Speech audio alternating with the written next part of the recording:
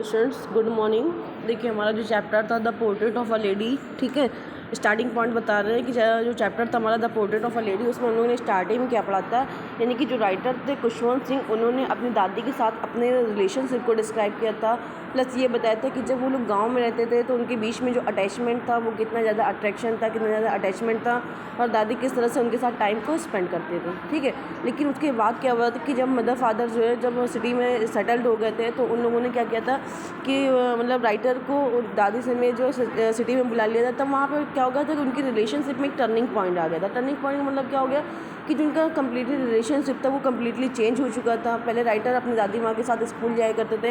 अब राइटर अकेले ही जाते थे, ठीक है। तो अब हम लोग उसके आगे हमारा नेक्स्ट पैराग्राफ स्टार्ट कर रहे हैं। लिखा हुआ है as the years rolled by we saw less to of each other, कि जैसे जैसे समय बीतता गया हम दोनों लोग एक दूसरे को कम देखने लगे। For some time she continue to wake me up and get me ready for school, कि मतलब कुछ सालों तक तो उन्होंने क्या किया कि मुझे मुझे सुबह मॉर्निंग टाइम में जगाना जारी रखा और मुझे स्कूल के लिए रेडी भी करती। When I came back she would ask me what the teacher had taught me, और जब मैं वापस आता तो वो अक्सर मुझसे पूछते थे कि टीचर ने मुझे आज क्या सिखाया। I would tell her English words and the little things of western science and learning, और जब वो मुझसे पूछती कि आज स्कूल में मुझे क्या सिखाया गया तो मैं इंग्लिश के कुछ वर्ड्स जो कि मुझे याद कराए जाते थे, मैं उन इंग्लिश के वर्ड्स को उन्हें बताता, और ये भी बताता कि मुझे वेस्टर्न साइंस के बारे में या अदर चीज़ों के बारे में एजुकेशन दी गई है। द लॉ ऑफ ग्रेविटी, यानी ग्रेविटी के जो नियम है उसके बारे में बताया गया। आर्किमिडीज प्रिंसिपल, आर्किमिडीज के सिद्धांत के बारे में बताया गया। And the world being round etc., और हमारे संसार में हमारे इर्द गिर्द जो भी चीज़ें उन सब के बारे में मुझे नॉलेज दी गई। यानी कि स्कूल में मुझे आर्किमिडीज का सिद्धांत से लेकर के लॉ ऑफ ग्रेविटी हो गया, वेस्टर्न साइंस हो गया, ठीक है, इन सब के बारे में मुझे जो भी सिखाया जाता या इंग्लिश के जो भी वर्ड्स मुझे सिखाए जाते मैं आकर के दादी को वो बताता। दिस मेड हर अनहैप्पी, और मेरे इन शब्दों को सुन करके वो बहुत ज़्यादा दुखी हो जाती। She could not help me with my lesson, क्योंकि वो अपने आप को असहाय महसूस कर रही थी कि मेरी शिक्षा में या मेरी एजुकेशन में अब वो मेरी कोई भी हेल्प नहीं कर पा रही थी। She did not believe in the things they taught at the English school and was distressed that there was no teaching about God and scripture, और वो इस बात को विश्वास करने में बहुत ज़्यादा कठिनाई महसूस कर रही थी कि मुझे इंग्लिश स्कूल में जो भी सिखाया जा रहा है वो मेरे लिए क्या बेकार है, कहते निराशाजनक है, या उनके लिए निराशाजनक है, क्योंकि स्कूल में मुझे जो भी शिक्षा दी जा रही है वो वेस्टर्न साइंस या वर्ल्ड कल्चर के बिहाफ पर तो दी जा रही है, लेकिन हमारे ईश्वर के बारे में और हमारी जो धार्मिक पवित्र ग्रंथ हैं या किताबें हैं उनके बारे में कोई भी नॉलेज नहीं दी जा रही थी। One day I announce that we were being given music lesson, एक दिन मैंने दादी को बताया कि मुझे म्यूज़िक्स का एक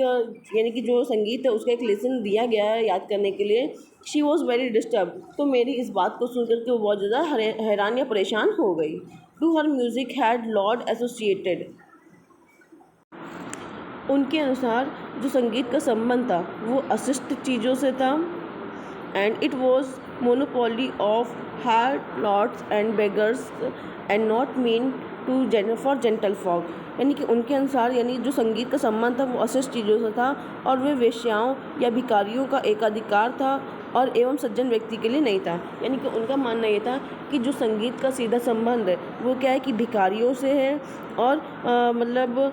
जो एकाधिकार यानी कि जिनका उन पर अधिकार होता है उनसे है, ना कि आम व्यक्तियों के लिए सज्जन व्यक्तियों के लिए संगीत हो। She said nothing but her silence mean disapproval, उन्होंने मेरे संगीत के बारे में सुनकर कुछ भी नहीं कहा, लेकिन उनकी बात ऐसे लग रही थी कि मानो क्या हो कि वो मेरे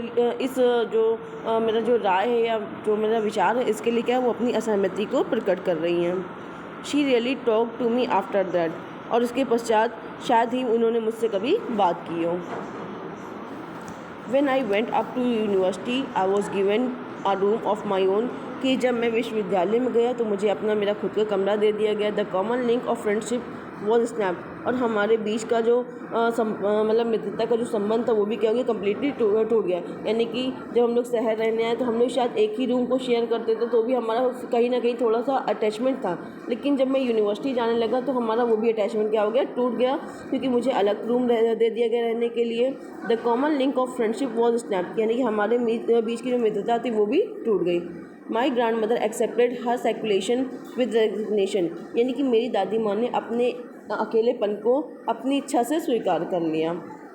she rarely left her spinning wheel to talk to anyone, और अब वो कभी कभी ही किसी से बात करने के लिए अपना चरखा छोड़ते थे। यानी कि अब वो हर वक्त अपने चरखे में ही बैठी रहती थी, और शायद ही कभी कभार किसी से बात करने के लिए वो अपना चरखा छोड़ करके लोग मतलब किसी से बात करने के लिए आती थी। From sunrise to sunset she sat by her wheel spinning and resisting prayer, कि सुबह से लेकर शाम तक ही वो अपने मतलब चरखे चलाते हुए बैठी रहती थी और वहीं पर प्रार्थना करते हुए गाती थी।